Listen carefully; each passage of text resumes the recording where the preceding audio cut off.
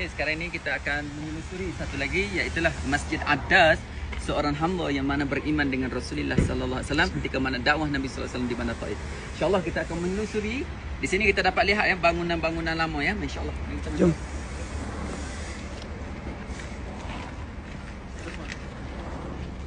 Duduk. Tak apa.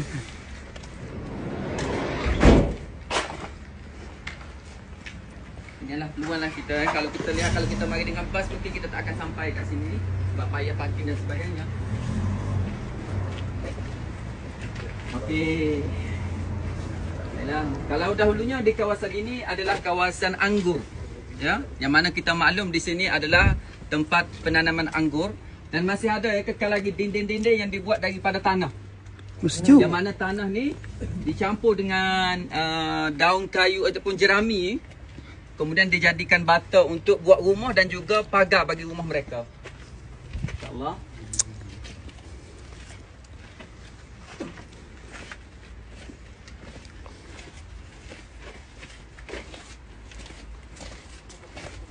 Okay, kalau kita lihat ini adalah Pokok pohon anggur. tin. Putih. Pohon tin ya, buah tin. InsyaAllah nanti kita dah balik nanti kita akan pergi ke pasar buah yang mana dapat makan buah tin yang segar. Ya, bukan yang dikeringkan dan sebagainya.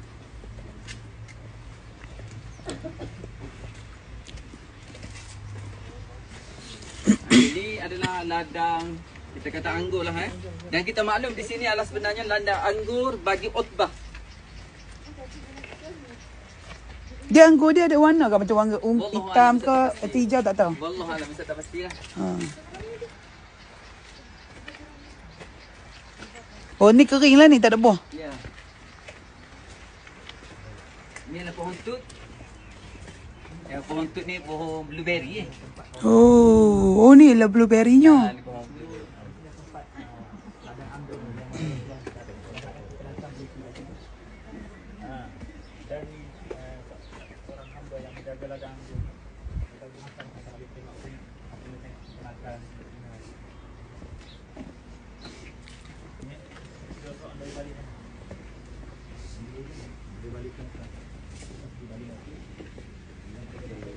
Ni kita tak ada rezeki masuk tapi tak apa lah. Tak apa. Kita sama-sama. Oh dia bubur kaca semua ni ya. Tak tengok. Takut ada orang yang panjat dan sebagainya.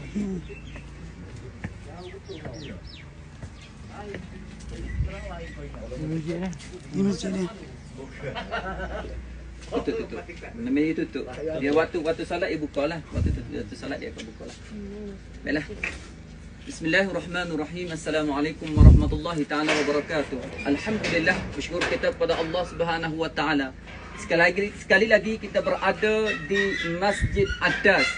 Ya, yang mana di sinilah apabila pulang Nabi sallallahu alaihi wasallam untuk makluman ayah dan bonda, yang mana Nabi sallallahu alaihi wasallam duduk di kota Taif ini selama 10 hari Nabi kita berdakwah di bandar Taif. Maka Nabi kita mendapat tetangan yang hebat, walaupun seorang tu tidak beriman melainkan Adas. Selepas Nabi dikatakan Nabi berada di sana di Masjid Qa', maka tiba-tiba Nabi pun berjalan dengan seorang hamba dia ataupun seorang anak angkat Nabi sallallahu alaihi wasallam, iaitu Zaid bin Harithah. Maka sampailah di bawah kebun ataupun pohon anggur di sini. Nabi berehat seketika di situlah. Maka ada seorang hamba yang melihat Nabi SAW. Dia tak kenal siapakah pemuda ini. Dalam keadaan berlumuran darah.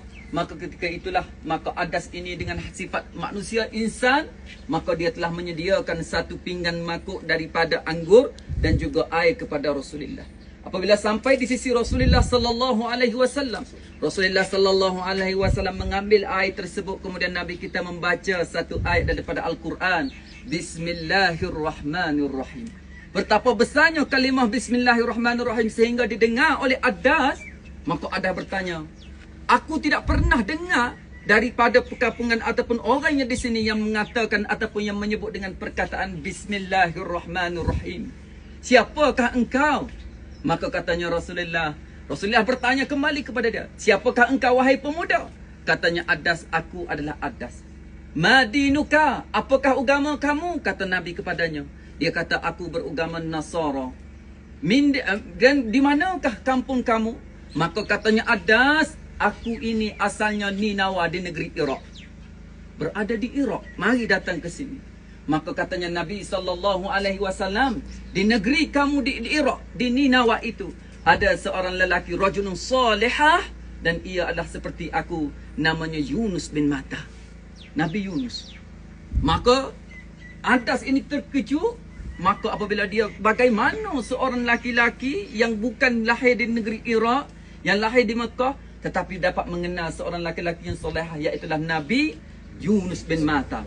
Maka dia pun mengatakan, kamu adalah lelaki yang benar. Maka aku ucapkan kalimah la ilaha illallah. Siapakah Yunus bin Matta? Yunus bin Matta ialah seorang Nabi yang mana dikatakan pernah ditanya persoalanan kepada Sayyidina Umar oleh 3 orang pendeta Yahudi. Ya Umar, khabarkan kepada aku 3 perkataan ataupun teka-teki. Sekiranya wahai kamu Umar yang dapat mendeka akan jawapan ini, barulah kami yakin bahawasanya Nabi kamu itu adalah benar. Maka ditanyakan oleh Sayyidina Umar, apakah pertanyaan? Maka dijawab oleh pendeta Yahudi, khabarkan aku, apakah 5 makhluk yang boleh berjalan di atas muka bumi ini yang bukan lahir daripada perut ibu? 5 makhluk. Yang kedua, apakah bendanya, wahai Umar, yang mana kuburnya berjalan bersama-sama dengan tuannya? Dan yang ketiga, khabarkan kepada aku, wahai Umar, yang mana bukan daripada kalangan jin dan bukan dari kalangan manusia yang boleh menakuti akan kaumnya. Maka kita nak ambil soalan yang kedua. Maka dijawab oleh Sayyidina Ali, yang mana kuburnya berjalan-jalan bersama dengan tuannya adalah Nabi Yunus bin Matta. Tatkala Nabi Yunus dilontarkan ataupun terjun di dalam laut, maka disambut oleh ikan nun, maka Nabi Yunus itu berada di dalam perut ikan nun. Maka ulama mengatakan ikan nun itu seperti kubur bagi Nabi Yunus. Apa yang diungkapkan oleh Nabi Yunus dalam perut ikan nun, iaitulah la ilaha illa anta subhanaka inni kuntu minaz zalimin. Dan apa yang nak dikatakan di sini, poinnya adalah kalimah bismillahirrahmanirrahim. Dengan sebabkan ataupun punca perkataan ketika mana Nabi kita minum air bismillahirrahmanirrahim, menyebabkan terdetik Adas ni rasa nak kenal siapakah pemuda ini yang hanya maknanya dengan nama Allah yang amat pemurah lagi amat mengasihani, dengan ucapan bismillah. Sebab itulah bagi apa-apa sahaja pekerjaan, maka kata ulama, sekiranya kita tidak dimulai dengan bismillah, nescaya kurang barakat. Yang mana kata Nabi SAW, bahkan dikatakan ini adalah hadis dhaif, tak apa. Yang mana kullu amrin zibalin la yabda'u fihi bi bismillahirrahmanirrahim fahuwa aqta. Yang mana katanya Nabi, setiap daripada pekerjaan yang baik, maka sekiranya tidak dimulai dengan bismillahirrahmanirrahim, maka pekerjaan itu aqta, terpotong ataupun kurang barakat. Sebab itulah apa yang kerja dan sebagainya, ukaplah kalimah bismillahirrahmanirrahim. Dan dikatakan oleh ulama, kitab-kitab yang turun sebelum daripada Al-Quran sudah pun dimulai dengan perkataan bismillahirrahmanirrahim. Kita tengok bagaimana kisah Sayyidina Sulaiman, Nabi Allah Sulaiman mengutuskan surat kepada Balqis, maka diungkap ataupun ditulis pada permulaan surat, bismillahirrahmanirrahim, alla ta'lu alayya wa'tuni muslimin. Hei Balqis, dengan nama Allah yang pemurah lagi mengasihani, datanglah kamu kepada negeri aku, iaitu di Baitul Muqaddis, dengan keadaan kamu tunduk. Ini mengatakan besarnya perkataan bismillahirrahmanirrahim. Dan hari ini Ustaz bagi peluang dia yang mana kita boleh ambil gambar sebagai kenangan kita untuk kita tunjuk kepada sahabat-sahabat saudara kita, ya. Sentiasa Ustaz tekankan kepada jemaah sekalian, yang mana apabila kita ambil gambar kita tunjuk dalam Facebook, niat kita bukan nak menunjuk, tetapi supaya sahabat kita, saudara kita yang mana tak pernah terlitah untuk datang menziarahi Rasulullah, nak datang melaksanakan ibadat umrah, setidak-tidaknya dia melihat gambar kita, terdetik hati mereka rasa nak datang menziarahi Rasulullah dan di tempat sejarah. Boleh? Dan insya-Allah Ustaz ataupun berikan waktu untuk ambil gambar, ya. Insya-Allah dipersilakan, ya. Siapa ambil lu? Ambil tak apa. Pakai semua duduk lari je. Lagi bergambar. Ambil gambar. Datin dulu. Masa yang Dua kali, jangan lama-lama balik. Okay. Ready. 1, Oh, sekejap okey. Ready 1 2 3. Sekejap Ustaz, dia maksudnya masa kita baca bismillah. Maksud kalau baca Okey, lagi sekali. 1 2 Tak apa. 3. Lepas tu suku. Okey. Makis. Sana, kiss please. Saya yang pegang sat lain ni saya. kita baca bismillah di awal dulu sebab saya kata 1 2. dia manusia ni kan. Betul. Boleh lah. Boleh. Okey. Tengah buat lupa. Mai saya tu ambil. Tak apa nanti terima kasih. Cerita dia. Mama nak baru lah. Nak baru. Lubuk buntak. Ha? Lubuk buntak. Oh ingat lobok unta tadi. Oh lobok unta. Lubuk buntak. Ya, mai Syekh. Ya mai dia jangan. Kita nak Saya tak kena takut baling batu tadi ah dulu. Itu siapa kameramennya? Sini. Ada sana. Ada. Macam pengantin. Oh ya Allah, memang dia sentiasa pengantin ni. Oh dia yo. Pengantin lagi lekat tadi. Oh. Dah. Tiga. Okey. Sekali lagi. Memang datang nikah sini ni. Tengok sana. Tengok pokok-pokok. Boleh ustaz yang dulu. Kita nak tengok pokok-pokok kat sini. Boleh. Sorina. Ya, Sorina. Ni pohon tut. Pohon apa ni kita kata blueberry. Blueberry. Ustaz, nak tanya Ustaz. Saya dulu masa sepupu saya kan. Masa saya main Taif last year. Dia last year kan last 2 year. Mak dia tengok saya main Mekah dia pak. Pizza tu apa Kak Pizza mak suruh beli buah delima. Pasal untuk nak mengandung. Ya, betul. Lepas tu saya beli, lepas makan buah delima tu memang dia melekat. Ya, satu. Yang keduanya kata tu. Ya, nanti Ustaz. Saya nak share Ustaz. Okey. Bukanlah kita percaya, Betul, kita itiak. tidak. Kena faham ah? Ikhtiar. Benda ni jangan berimankan buah delima pula. Aku tidak, lepuk hampa dengan tidak, buah delima tu. tidak. Dia macam ni, masa saya biasa dengar orang kata kalau nak mengandung orang main ke Taif. Betul. Cari buah delima Taif. So bila saya main last 2 years, sepupu saya mak Kak Biza, mak suruh beli buah delima. Tolong saya pasal untuk check lah. Lepas tu kata beli. Saya beli lepas tu dia mengandung. Dia mana mengandung? Nadira. Iyalah tahu. Dia. Saya bawa balik dia. Han ni menyusahkan aku buah delima kat Malaysia tu punya. Mak suruh beli hatok tolong lah saya Kak Biza. Apa? Artinya berkat tanah berhampiran dengan Masjid Haram ataupun dengan tanah haram. Yang keduanya memang setengah ulama kita bagi petua yang mana kalau orang yang mengandung perlu si isteri ibu ini makan satu biji tu untuk dia seorang saja. Jangan porsi. Kerana dalam satu biji buah delima tu menyebabkan anak tu jadi cerdik.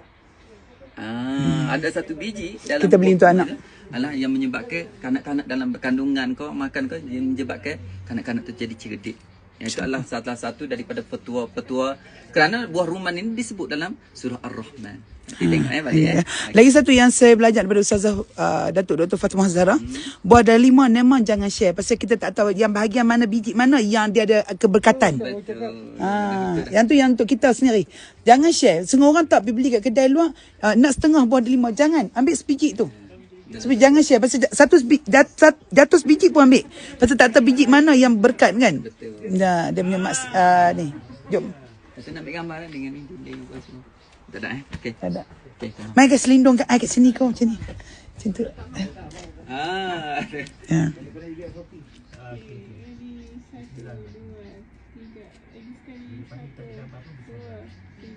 Ya. Jom.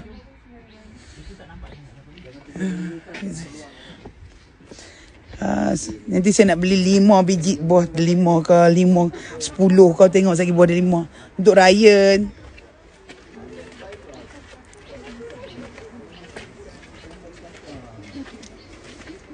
Di tempat ni ada dua lagi tak? Ada kebun.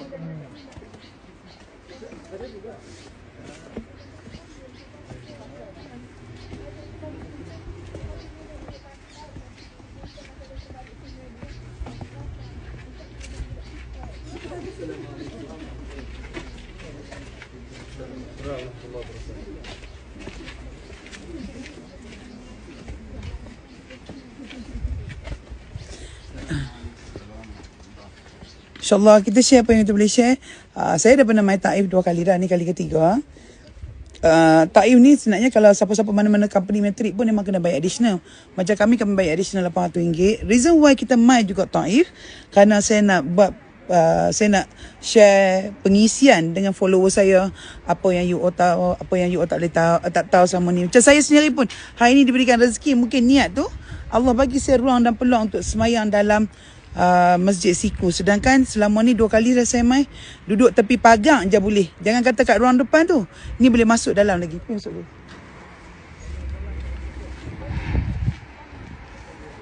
InsyaAllah kita belajar sesama apa yang kita boleh share. InsyaAllah semoga dia jadi pahala. Allah tahiyat.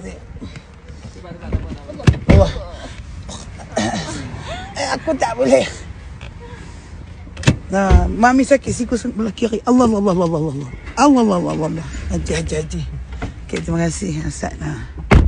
Right, terima kasih. Assalamualaikum.